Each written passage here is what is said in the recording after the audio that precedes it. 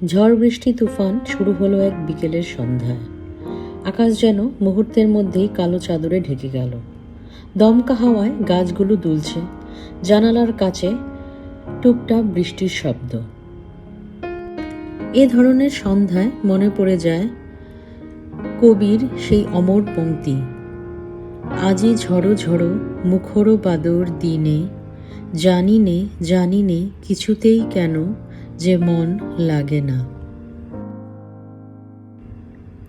আরেক জায়গায় তিনি লিখেছিলেন, মেঘের পরে মেঘ জমেছে, আঁধার করে আসে। প্রকৃতির এই রূপ কখনো ভয় দেখায়, কখনো আবার মনকে গভীর চিন্তায় ডুবিয়ে দেয়। মনে হয় জীবনেরও তো এমনই, কখনো ঝড়, কখনো অন্ধকার।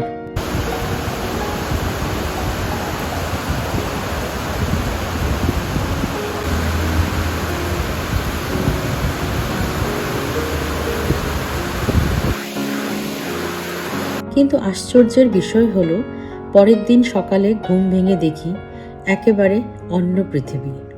উজ্জ্বল রোদ, নীল আকাশ, ঝকঝকে এক সুন্দর সকাল। মনে হলো প্রকৃতি যেন বলছে, ঝড় চিরদিন থাকে না। হাঁটতে বেরিয়ে পড়লাম।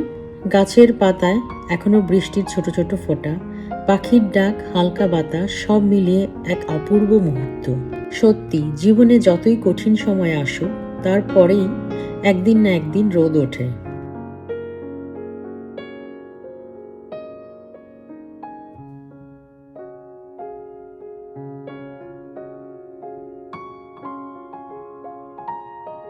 হাঁটাহাঁটি শেষে বাড়ি ফিরে প্রথমেই বানালাম এক কাপ গরম কফি।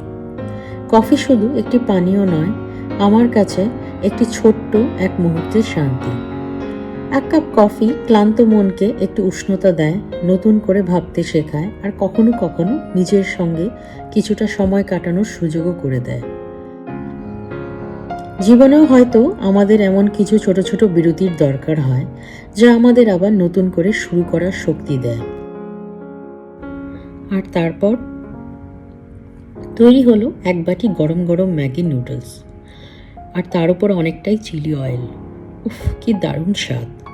কখনো কখনো সুখ খুব বড় কিছু নয়, এক বাটি প্রিয় খাবার, এক কাপ কফি আর একটি সুন্দর দিন, এগুলোই আমাদের মুখে হাসি এনে দেয়। তাই জীবনে ঝড় এলে মনে রাখবেন, ঝড়ের পরেই আসে রোদে ঝলমল করা সকাল। ধন্যবাদ।